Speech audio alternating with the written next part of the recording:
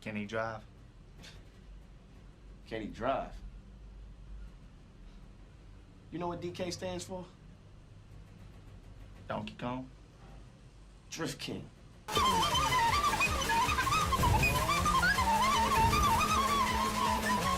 Welcome back, ladies and gentlemen, to another Crew 2 video. And in this beauty, I'll be teaching you kings how to drift like DK in the Crew 2. Make sure before the video starts to like the video if you found this helpful, and subscribe if you boys like the content I am making. Anyway, let's jump right into the video. So, before we get right into drifting itself, I recommend getting into the mood for drifting. So, for this step, I honestly recommend throwing on some naughty little tunes to get yourself in the drifting spirit. There's tons of awesome playlists out there, but if you guys got Spotify and love hardcore drum and bass, rap, or even cinematic car meet tunes, well, have I got some playlists for you. And yeah, this was to promote my Spotify playlist. Bro, I'm really about to get.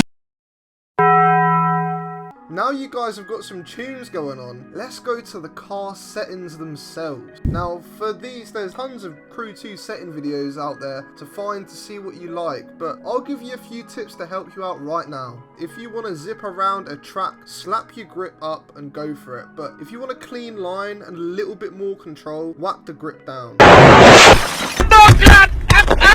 For the camber, you want the front wheels all the way down, and in the rear, just a little bit down. This is going to help with the turning. And brake power, you want down, just so you don't stop when sliding around and pressing the brake. Changing all these settings will make the car totally different, so that's going to bring us to the third tip, and that's practicing. This step is crucial when drifting. Learn how the car behaves and learn the track as well. These two things are going to help massively because it allows you to predict braking points, transitions, and the best lines to take when drifting. Each car in this game has its own personality. So, for example, the Evo is shit.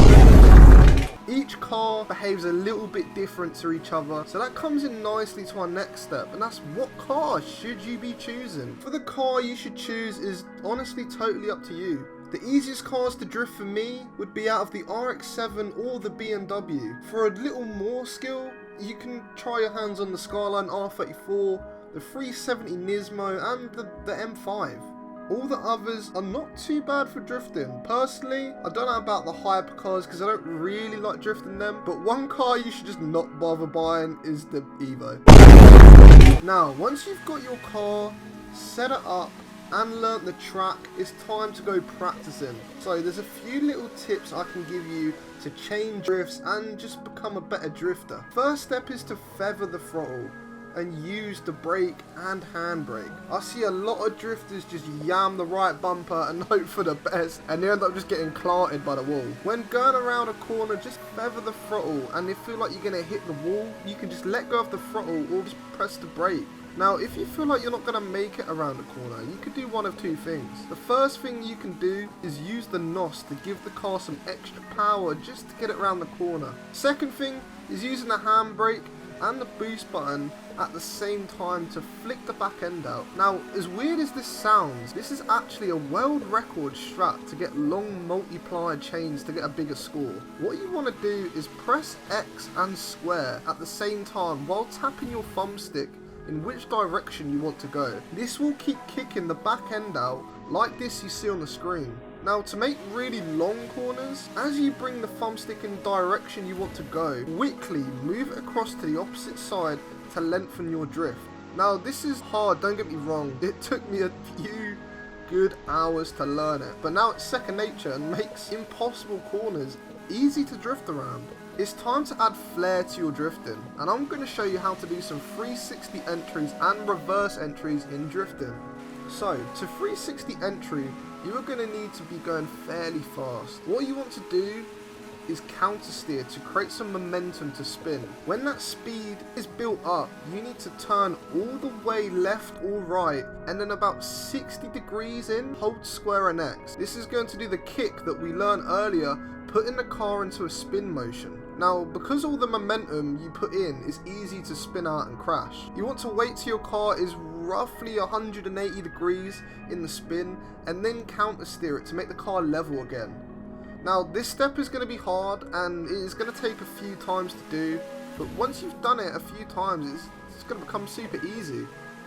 Now it's time for reverse entries. Now reverse entries in this game are super hard. This is because the game mechanics are weird and give no power to the wheels when going backwards, but there is kind of a way to do this. For this you want to be going fast, when at speed, create some momentum like before, and then hold X and square. As soon as you kick out, counter steer immediately and stay counter steering for the duration. Hold this backwards position for a few seconds and then steer out and let go of X and square. This is so hard to do and even I fail regularly at it, so don't get angry with yourself if you can't hit it. Now, for the old age question, manual or auto for drifting?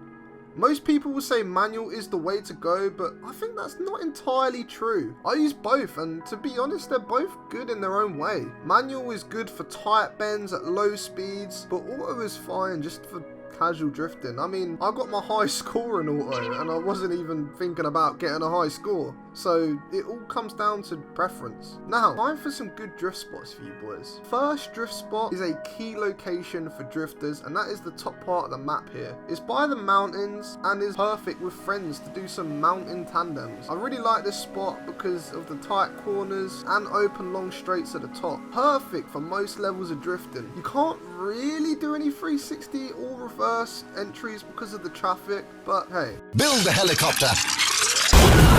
The next spot is one of my personal favourites, and that's Pikes Peak. I would say this spot is for an expert level drifter.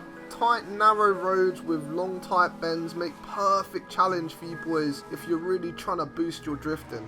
Even harder for tandems, but it feels very rewarding when done right. The next ones are the circuits around the map. These are beginner friendly with huge open areas with tight and loose bends. You can do tons of 360s and reverse entries as well, which is a lot of fun when showing off to your mates. The next one is the Live Extreme 4 route.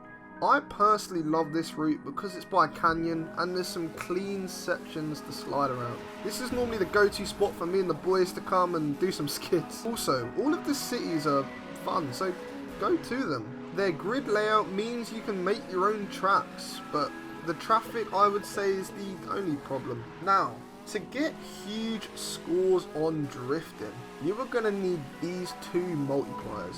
Hothead and Slippery. These are going to max your score out. Long drift chains are going to give you a huge boost compared to sharp short turns, so make sure you kings are using the handbrake method if you want to get some crazy scores. Anyway, that's it for the video boys, and as I said at the start of the video, if you like what you see here and you want some more, please consider subscribing. Like if you liked the video, dislike if you didn't, and comment down below what you thought or if I missed anything out.